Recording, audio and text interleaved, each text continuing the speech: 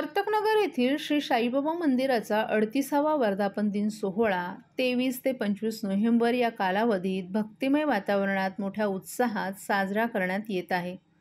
3 दिवसांच्या येथील कार्यक्रमांमध्ये ठाण्यासह आसपासच्या भागातील शेकडो भक्तांनी सहभाग नोंदवून श्रद्धा आणि भक्तीचं दर्शन घडवले। येथील धार्मिक कार्यक्रमांची सुरुवात शनिवारी सकाळी 4:30 वाजता काकड आरती आणि साईबाबांच्या मूर्तीला अभिषेक आरती तसंच 7:30 वाजता श्री दत्तयाग यज्ञाची सुरुवात करून करण्यात आली। भक्तांनी मोठ्या संख्येनं हजेरी लावून या पवित्र यज्ञामध्येही सहभाग घेतला। यानंतर भक्तांना लाडू म्हणून प्रसादाचं वाटप करण्यात आलं, ज्यामध्ये भक्तांनी आनंदाने सहभाग घेतला। सकाळी 9:30 वाजता झालेल्या गायन, भजन आणि कीर्तन या कार्यक्रमांनी येथील वातावरण भक्तिरसात न्हाऊन निघालं होतं। या उत्सवाचं आयोजन श्री साईनाथ सेवा समितीच्या सक्रिय सहभागानं आणि प्रमुख सल्लागार संजय केळकर, अध्यक्ष मंगेश नईबागकर आणि इतर सदस्यांच्या उपस्थितीत आणि मार्गदर्शनाखाली करण्यात आलं।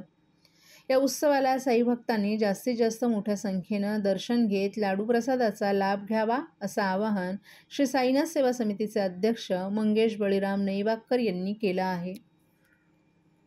श्री साईनाथ सेवा समिती वर्तकनगर ठाणे श्री साईनाथ मंदिराचा 38वा वर्धापन दिन उत्सव शनिवार दिनांक 23 नोव्हेंबर ते सोमवार दिनांक 25 नोव्हेंबर या कालावधीत साजरा करण्यात येणार आहे। त्यानिमित्ताने 3 दिवस श्री दत्तयाग यज्ञ आयोजित करण्यात आलेला आहे। तरी सर्व साई भक्तांनी दर्शनाचा व महाप्रसादाचा लाभ घ्यावा अशी विनंती संस्थेचे अध्यक्ष श्री मंगेश बळीराम नईबागकर सर्व साई भक्तांना करीत आहेत। CP Goenka International School, nurturing talent at young age for scholastics, sports and performing arts in global perspective. Proud to have world toppers and country toppers in 10th standard Cambridge examinations. Ranked the best emerging school by the Times of India for personality over percentage. CP Goenka is the intelligent choice.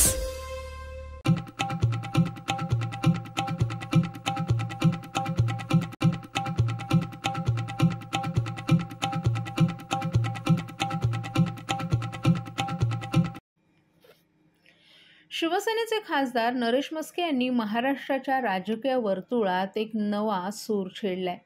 Bihar pattern महाराष्ट्रात राबवण्याची मागणी त्यांनी केली आहे। त्याचबरोबर पुन्हा एकदा एकनाथ शिंदे यांची मुख्यमंत्रीपदी नियुक्ती करावी अशी स्पष्ट मागणी त्यांनी केली आहे। नरेश म्हस्के यांनी एका पत्रकार परिषदेत महाराष्ट्राला स्थिर नेतृत्व आणि जनतेच्या हितासाठी कार्यरत सरकारची गरज असल्याचं सांगितलं। एकनाथ शिंदे यांच्या नेतृत्वाखाली महायुती सरकारनं घेतलेले निर्णय हे राज्याच्या विकासाला चालना देणारे ठरलेत, त्यामुळे त्यांना पुन्हा मुख्यमंत्री करण्याचा निर्णय योग्य ठरेल असंही त्यांनी सांगितले। या वक्तव्यामुळे शिवसेनेत आणि महायुतीत राजकीय हालचालींना वेग आलाय। बिहार पॅटर्न राबवण्याचा मुद्दा नेमका कसा आहे आणि यामागे काय विचार आहे याकडेच आता सर्वांचं लक्ष वेधलं जात आहे।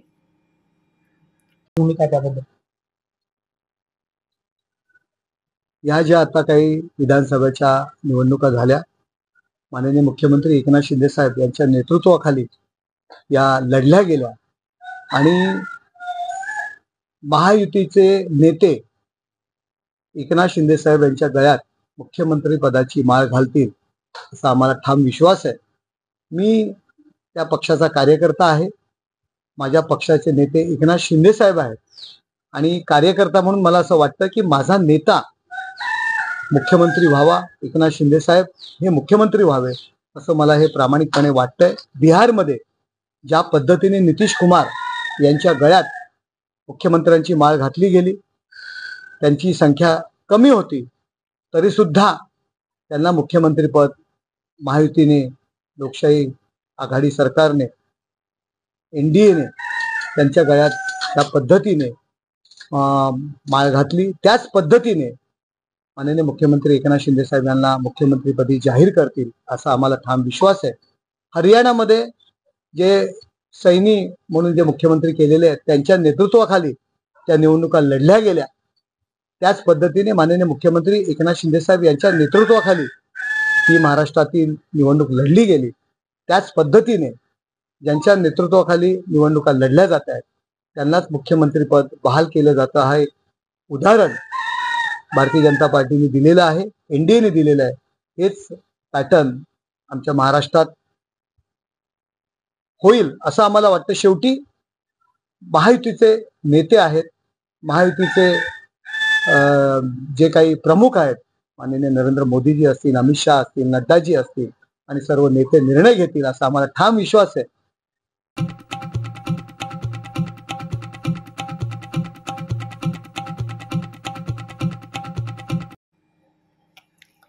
राज्यात महायुतीला विधानसभा निवडणुकीत मिळालेल्या अभूतपूर्व प्रतिसादाचा फायदा उचलण्यासाठी मागील काही वर्ष रखडलेल्या ठाणे महापालिकेच्या निवडणुकीसह राज्यातील महापालिका आणि नगरपालिकांच्या निवडणुकीचा बिगुल राज्य सरकार वाजवण्याच्या तयारीत आहे. लवकरच निवडणुकांच्या तारखा जाहीर होण्याची शक्यताही व्यक्त केली जाते. राज्यातील 10 महापालिका आणि नगरपालिकांचा कारभार सध्या प्रशासकांच्या ताब्यात आहे. महापालिका, नगरपालिका, नगर परिषद येथे लोकप्रतिनिधी नाहीत. त्यामुळे सर्वसामान्य नागरिकांना थेट अधिकाऱ्यांना समस्या सांगाव्या लागतात. परिणामी त्यांना अडचणी भेडसावतात. त्यामुळे महापालिका, नगरपालिकांच्या निवडणुका जाहीर कराव्यात अशी मागणी विरोधकांकडून केली जात होती. लोकसभा निवडणुकीत महायुतीला दारुण पराभवाचा सामना करावा लागला होता. त्यामुळे स्थानिक स्वराज्य निवडणुका जाहीर करण्यात आल्या नव्हत्या. परंतु आता विधानसभा निवडणुकीत महायुतीला निर्विवाद विजय मिळाला आहे. त्याचा फायदा मिळवण्यासाठी राज्य सरकार पुढील 2 ते 3 महिन्यात नगरपालिका, महापालिका निवडणुकांच्या तारखा जाहीर करण्याची शक्यता आहे. राज्य सरकारचा शपथविधी पार पडल्यानंतर महापालिका निवडणुकांच्या तारखा जाहीर होणार असून फेब्रुवारी किंवा मार्च महिन्यात या निवडणुका होतील अशी शक्यता व्यक्त केली जाते. जिल्ह्यातील ठाणे, नवी मुंबई, कल्याण, उल्हासनगर, मीरा भाईंदर आणि भिवंडी या 6 महापालिका, ठाणे जिल्हा परिषद, अंबरनाथ आणि बदलापूर नगर परिषद यांच्या निवडणुका मागील 2 ते 6 वर्षांपासून स्थगित आहेत. त्यांचा कारभार सध्या प्रशासकांच्या ताब्यात आहे.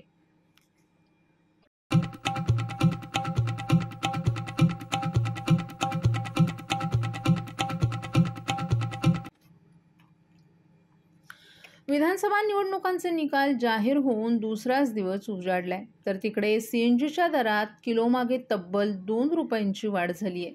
आता सीएनजीच्या दरात वाढ झाल्यामुळे परिणामी रिक्षांच्या भाडेदरातही वाढ होण्याची शक्यता आहे. त्यामुळे सर्वसामान्यांच्या खिशाला आता चाप बसणार आहे.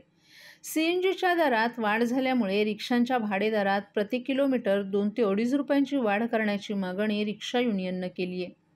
सीएनजीच्या दरात किलोमागे 2 रुपयांची वाढ करण्यात आली आहे. याची झळ आता थेट मुंबईकरांच्या खिशाला बसणार आहे. मुंबईसारख्या उपनगरात धावणाऱ्या रिक्षांच्या दरात वाढ होण्याची शक्यता आहे. रिक्षांच्या दरात प्रति किलोमीटर 2 ते 2.5 रुपयांची वाढ करण्याची मागणी रिक्षा युनियननं केली आहे. त्यामुळे मुंबईकरांचा रिक्षा प्रवास महागणार आहे.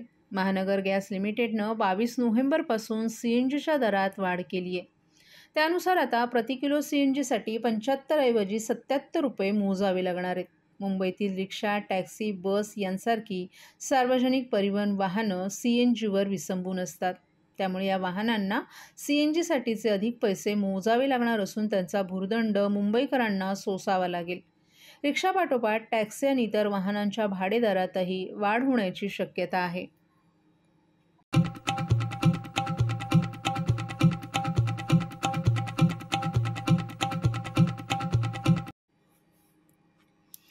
कोपरी पाचपाकडी मतदारसंघातील मुख्यमंत्र्यांचे प्रतिस्पर्धी उमेदवार मनोज शिंदे यांनी शिवसेनेत प्रवेशाची घोषणा केली आहे.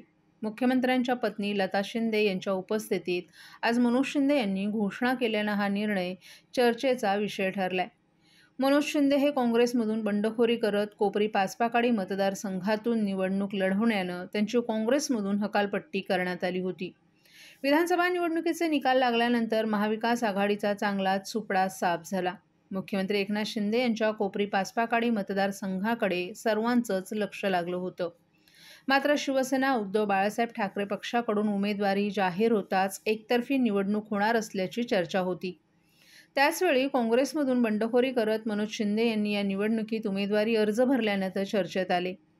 उद्धव बाळासाहेब ठाकरे पक्षाचे उमेदवार असताना काँग्रेसचे मनोज शिंदे यांनी निवडणुकीत सहभाग घेतल्यानं त्यांची काँग्रेसमधून हकालपट्टी करण्यात आली होती. दरम्यान निवडणुकीचा निकाल लागताच मनोज शिंदे यांनी एकनाथ शिंदे यांच्या शिवसेनेत प्रवेशाची घोषणा केली. लवकरच महायुतीचा शपथविधी सोहळा पार पडल्यानंतर एकनाथ शिंदे यांच्या हस्ते प्रवेश करणार असल्याचंही मनोज शिंदे यांनी सांगितलं.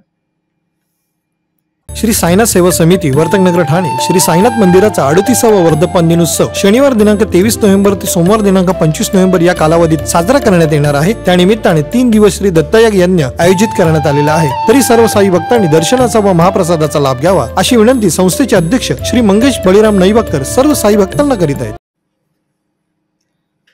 शिर्डी साई मंदिर क्षेत्र आणि पालखी मार्ग हरित स्वच्छ आणि प्लास्टिक मुक्त ठेवण्यासाठी पारसिक हिल्स प्लांटेशन ग्रुप आणि श्री साई श्रद्धा सेवा मंडळ खारेगाव यांनी रविवारी 24 नोव्हेंबर रोजी एक धाव साईंसाठी ही पारसिक नगर ते शिर्डी रिले रनला प्रारंभ केला।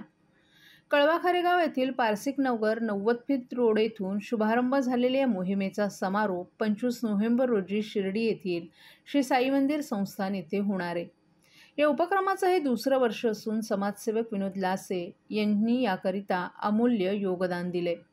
स्वच्छता म्हणजे भक्ती, स्वच्छ मन आणि स्वच्छ कर्म हीच साईंची सेवा हे ब्रीद वाक्य अंगीकारून शिर्डी साई मंदिर क्षेत्र आणि पालखी मार्ग हरित, स्वच्छ आणि प्लास्टिक मुक्त ठेवण्यासाठी तसंच त्याची जनजागृती आणि प्रचार करण्यासाठी पारसिक हिल्स प्लांटेशन ग्रुप आणि श्री साई श्रद्धा सेवा मंडळ खारेगाव यांनी एक धाव साईंसाठी ही मोहीम गेल्या वर्षीपासून प्रारंभ केली। यंदाही रविवारी या मोहिमेवर साई भक्त निघालेत। पारसिक नगर ते शिर्डी हे अंतर 220 किलोमीटरचं असून तसंच 14 किलोमीटर शिर्डी परिक्रमा असे एकूण 234 किलोमीटरचं अंतर साई भक्त पार करणार आहेत। या मोहिमेदरम्यान 10 मुख्य धावपटू साखळी पद्धतीनं प्रत्येकी 5 किलोमीटर अंतराचे सलग सुमारे 30 तासांमध्ये यशस्वीरित्या फेऱ्या पूर्ण करतील। त्यांच्यासोबत सायकलस्वार देखील सहकार्याला असणार असल्याची माहिती समाजसेवक विनोद लासे यांनी दिली आहे।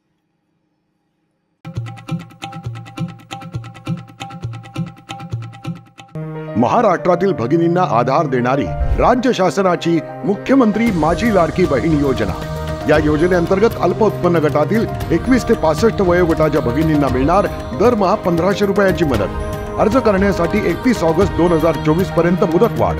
कुटुंबाचं वार्षिक उत्पन्न 2.5 लाख रुपयांपेक्षा कमी असलेल्या महिला पात्र। कुटुंबाकडे पिवळं किंवा केशरी रेशन कार्ड असल्यास उत्पन्नाचा दाखला आवश्यक नाही। पांढरं रेशन कार्ड असेल किंवा रेशन कार्ड नसेल तर कुटुंबाचं वार्षिक उत्पन्न 2.5 लाखांपेक्षा कमी असल्याचा दाखला आवश्यक। योजनेसाठीचा ऑनलाईन अर्ज नारी शक्ती दूत ॲपवरून किंवा पोर्टलवर भरता येईल। ज्या भगिनींना ऑनलाईन अर्ज भरता येत नसेल त्यांच्यासाठी अंगणवाडी, ग्रामपंचायत, वॉर्ड ऑफिस, सेतू सुविधा केंद्रामध्ये किंवा आशाताई बचत गटाच्या CRP यांची मदत उपलब्ध। आता आपल्याला अभिमानाने म्हणता येईल, सुखी आणि सुरक्षित आहे माझी लाडकी बहीण।